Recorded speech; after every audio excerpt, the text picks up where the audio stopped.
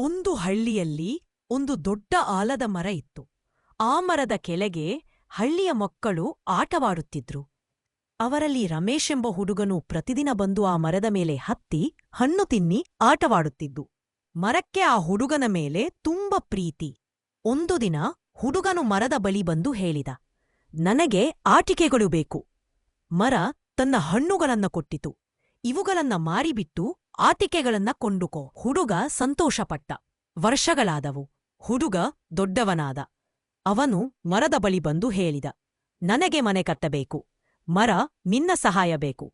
ಮರ ತನ್ನ ಕೊಂಬೆಗಳನ್ನ ಕೊಟ್ಟಿತು. ಇವುಗಳಿಂದ ಮನೆ ಕಟ್ಟಿಕೋ. ಮತ್ತೆ ಹುಡುಗ ಹೋದ. ಇನ್ನೂ ವರ್ಷಗಳಾದವು. ವೃದ್ಧನಾದ ಹುಡುಗ ಮರದ ಬಳಿ ಬಂದು ಕುಳಿತುಕೊಂಡ. ಮರದ ಬಳಿ ಇನ್ನು ಎಲೆಗಳು ಕೊಂಬೆಗಳೂ ಇರಲಿಲ್ಲ. ಕೇವಲ ತುಂಡಾದ ಬುಡ ಮಾತ್ರ. ಮರ ಹೇಳಿತು, ನಾನು ಇನ್ನೇನೂ ಕೊಡಲು ಸಾಧ್ಯವಿಲ್ಲ. ಆದರೆ ನೀನು ನನ್ನ ಮೇಲೆ ಕುಳಿತು ವಿಶ್ರಾಂತಿ ತೆಗೆದುಕೊಳ್ಳಬಹುದು.